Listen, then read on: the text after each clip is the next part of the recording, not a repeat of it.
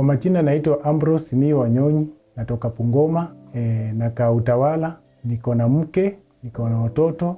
Nilikuwa nafanya kwa kampuni ya Nzoia, nikafungwa, tukakosa mahali pa kutafuta vibarua. Nikafanya nyumbani kijituma, nikifanya kwa kibarua kwa watu, nikilimia watu ili familia yangu ikule.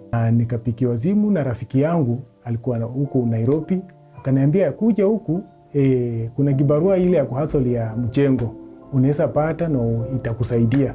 Nilipotafuta fare kunileta Nairobi, kaambia mke, nataka kutoka kidogo niende Nairobi nitafute kibarua. Akasema sasa na sisi tunatuaje aje? Nikasema hapana. Sasa hatutakaa hapa tukiangaliana, wacha mimi niende nitafute. Na akakubali. Nikakuja nikafika Nairobi, nikawa mzee mwenye najituma kabisa. Ila kazi yenye naisikia naenda, sikuwa naachagua kazi yoyote ili nipate kidogo na nitumie familia yangu nyumbani. Nikafanya miezi miwili na nikatoka kwa hiyo rafiki yangu. Akamwambia, niko na pesa kidogo, unaweza ni advise nifanye nini? Akaniambia hapa mali nikapa, biashara ya chips itatembea. Unaelewa? Nikamwambia naelewa. Na akaniambia kuja anzie biashara hapa, hata kama huna mali pa kuweka weka hapa kwangu, ukitafuta. Nikamwambia niko na pesa fulani. Akaniambia ni pesa ngapi? Kama niko 6,000. Akaniambia kwa hiyo pesa sasa utakuwa unataka kuanza aje? Namwambia wacha ninunue jiko na karaya tu ile ya kupika kidogo ili nipate venye watoto wangu wanakula. Kuanzia hapo nikaenda nikanunua hizo vifaa na nikaanza biashara, ikashika chini. Nikafika mahali paka nikanunua deep fryer. Kwa hiyo biashara ya chips nilianza kusave na kwa mshwari. Nikaloka hiyo pesa, nilikuwa nikipata 500 na kula 50, alafu hii nyingine naeka kwa mshwari. Hadi ikafika 10,000, nikaenda nikanunua deep fryer. Niliponunua hiyo deep fryer niliona ikaanza kunifanya biashara yangu ikakuwa mzuri, hadi nikaleta familia yangu huko. Biashara ya chips ni biashara mzuri sana. Niliweka bidii kwa hiyo biashara na ikanisaidia, nikasomesha, nikiwa nikilipia watoto wangu shule, nikilisha watoto wangu, kufalisha watoto wangu, hata mali nilikuwa nakaa nikilipa rent. Ilifanya nikasahau hata maneno ya mchengo. Chips ilikuwa biashara mzuri, ilikuwa inanisaidia. Hii biashara ya chips nilikuwa nimeifanya kwa muda ya miezi 5, na siku moja nikapikiwa simu kwamba ngo yangu amefariki nyumbani. Ilibidi tutoke haraka tuende, nikatoka na familia nikaenda. Nilipofika nyumbani, pesa nilikuwa na save, ikabidi nitoe hiyo pesa na niitumie kwa matanga, na nikatumia hiyo pesa yote ikaisha. Nikiwa nyumbani kwa matanga nilipikiwa simu, nikaambiwa tuke ilivunjwa na vifaa zimeibiwa, na nilikuwa nimebaki na pesa kidogo ila ambaye inaweza mimi peke yangu nifike huku, singeweza kuja na familia. Sasa ilibidi niache familia nyumbani na nikuje peke yangu niangalie yale nimeambiwa kwa simu ni ya ukweli, lakini nilikuja nikaona ni ya ukweli, vitu zilikuwa zimepepwa. Hapa ndio tuka yangu ya chips ilikuwa ya kitambo na nilikuja na nikaipiwa. Ilifika wakati watoto walikuwa karibu wanafungua shule, na wakati ule sikukuwa na kazi, ndio sasa najaribu ndio nipate kazi. Ikabidi nikope kwa rafiki yangu pesa ndio nitume nyumbani, ndio watoto wakuche na waende shule. Ilifika wakati watoto walikuwa wanarudi shule, nikakopa pesa kwa rafiki yangu, nikatuma nyumbani, watoto wakakuja. Walipofika mahali hapa tena nikashindwa kulipa nyumba, kuwalipia shule, kukula kwa nyumba ni shida, maisha ikakuwa ngumu. Wakati nilienda kwa shule nikapewa vitu ambazo mtoto anafaa aende nayo shule, nikaona sitafaulu huku. Ilinibidi nirudishe tena mtoto wa grade 7 nyumbani, akae na mama huko nyumbani, aende kwa hiyo shule ya ushako, kwa sababu ya huku ilinishinda. Niliona vitu wanahitaji huku siwezi, kwa sababu school fees peke yake niliambiwa wanataka 10,000. Kuna uniform, kuna chakula hapo, kuna vitabu, vitu mingi. Nikaona sitafaulu na hii kazi yenye nang'ang'ana ile ya mchengo. Ikabidi nirudishe mtoto nyumbani. Hata ikabidi mahali ndugu yangu akanisaidia huko nyumbani, ndio mtoto akaingia shule. Wakati ule bibi alikuwa akitoka akienda kutafuta kitoko kwa saluni. Sasa yeye akaona pesa yake pia haitoshi, ndiye akaniambia toka utafute, usikae tu kwa nyumba. Ilibidi nitoke tena nirudi kwa mchengo. Nashukuru watu wa LottoMoto, nilipoongea na nikalia wakasikia kilio changu, na mwenzangu mmoja alinipigia simu, ilikuwa Friday, na akaniambia uko wapi? Nikamwambia mahali nilipo. Hata niliposikia tu hiyo sauti ya LottoMoto nilifurahi, nikasema Mungu amesikia maombi yangu. Nimeshukuru wamefika. Mahali penye ningeomba wanisaidie ni kupata deep fryer, nipate chips, nipate na mahali pa kufanyia. Kwa roho niliyoona kwa TV wakisaidia watu, hata mimi nilikuwa ningependa wanisaidie. Nikipata tu mafuta, nipate chips, waru, nipate na deep fryer na mahali nafanyia, nitashukuru. So Ambrose. Yes. Nyinyi ni watu wa familia, si ndio? Yes. Mko na watoto wangapi? 3. Ambrose. Yes. Unaona huyu mtu mwenye ako mbele yenu, huyu hakuwa anashindaniwa. Ambrose. Yes. Huyu kitanda na mtamani afike ndani ya nyumba yako. Haki Mungu ni wa miujiza. God. Thank you. Haki mbariki. Asante Jehova. Mbariki. Asante maana kumbe unatenda. Mbarikiwa sana. Nimesumukana kwa muda mrefu. Nimeteseka.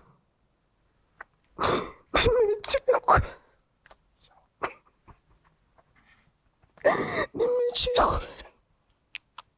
Nikimbarikiwa. LottoMoto mbarikiwa sana. Sawa. Sawa. Ambrose. Yes. Kuna mahali hii kitanda inaweza ingia ndani ya nyumba? Iko nayo. Iko?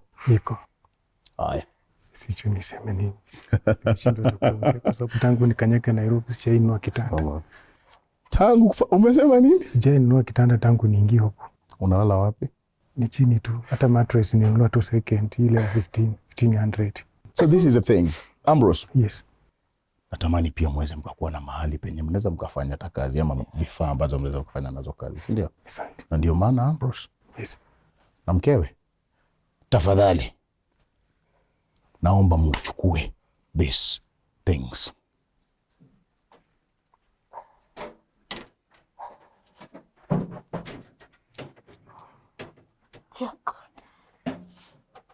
Niletee kisu ya kuchip hiyo viazi. Maisha yangu yamerudi. Hii pia nataka ukue nayo. Leta. Wacha Ambrose apate maisha yake back. No, Ambrose. It's okay. Sijajua Jehova. It's okay. Siku yangu imefika. It's okay. Easy. Ndio siku yangu niambie imefika.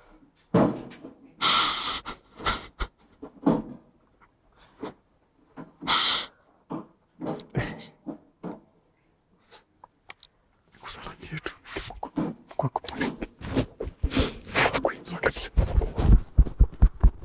Umeinua maisha yangu. Watoto wangu watasoma. Nitalipa nyumba.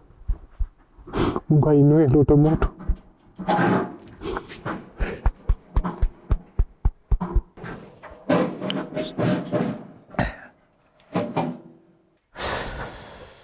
Maisha yangu yamerudi.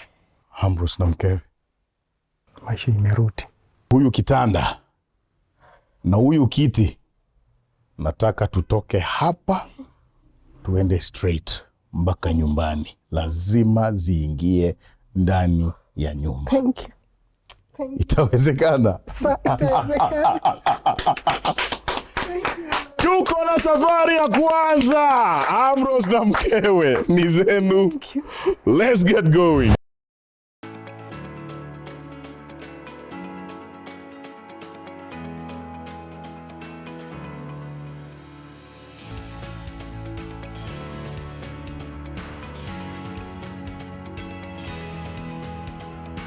Ambrose. Yes. Bro. Everything yenye tulikuwa tumeahidi imefika. Ndio? What I want us to do ni hizi vitu zingie ndani ya nyumba. Ndio? Yote iteremke chini, tunaingia kwa ile nyumba.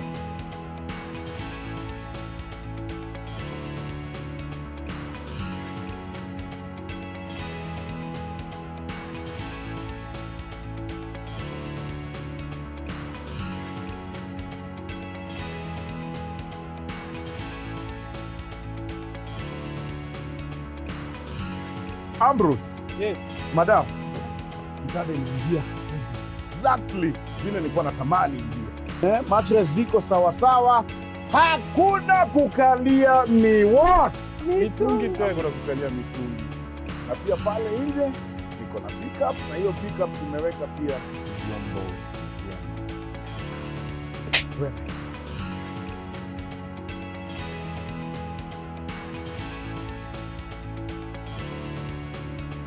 This is the thing, Ambrose. Yes. Unaona hapa mbele? Yes. Nataka uzunguke, ufungue hiyo mlango.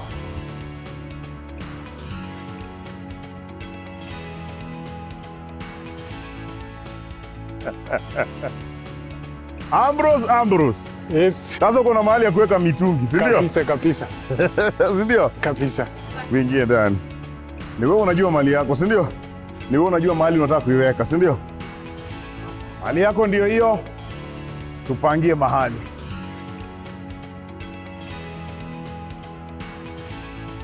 Ambrose? Yes. Ruth? Yes. Maombi ilikuwa gani? Maombi yetu ilikuwa tupate vyombo na Mungu ameshika tumepata. Vyombo zimepatikana? Zimepatikana. Lakini niko na furaha sana. Nashukuru LottoMoto. Mungu azidi kuwainua tena, msaidie mtu mwingine hapo chini kama mimi. Ambrose? Yes. Unasema aje? Mimi nashukuru wana LottoMoto, mumeniinua, maisha yangu imeinua kulika hata ile nilikuwa. Nashukuru sana na naambia watu wasiti kucheza LottoMoto na pia wakaweza kuwa maisha kama hii yangu. Nilikuwa naona ni kama ndoto, lakini nimeona ni ukweli. Sio imani peke yake, sio maombi peke yake. Pia ni nguvu ambazo wewe mwenyewe ulizitumia take your time na kutuandikia ili uweze kutufikia na ukatoa ombi lako, ndio maana tuko hapa. Hii kifunguu naiweka kwa mikono yako Ambrose kama mwenye ombi. Asante sana. We have paid for this place for 6 good months. Thank you, Lord. Thank you. Mungu wangu, sikujua kama maisha yetu itakuja kuwa hivyo. So hapo nilikuwa nafikiria sasa nitafanya aje. Mungu asante sana. Asante Jehova. Barikiwa sana. Barikiwe. On top of that, please, kama ni gunia ya viazi utapata, kama ni smoky utapata, kama ni mayai na hizo vitu zingine utapata, stima utaweza. Shika biashara iwe kubwa, iwe kubwa. Mahali hapa pasimame. Itawezekana? Itawezekana. Zidi kucheza LottoMoto, zidi kutizama LottoMoto na zidi kuwa nasi next week on LottoMoto. Unapocheza LottoMoto ni wengi wanasaidika, na ni kwa sababu yako wengi wasiojiweza wananufaika. Na kwako wewe mchezaji unajipatia fursa ya kujishindia Toyota Hiace ambaye namtangaza mshindi on the 5th of May. Zidi kucheza LottoMoto, zidi kucheza LuckyGame na uzidi kusaidia jamii ya wasiojiweza kwa ujumla.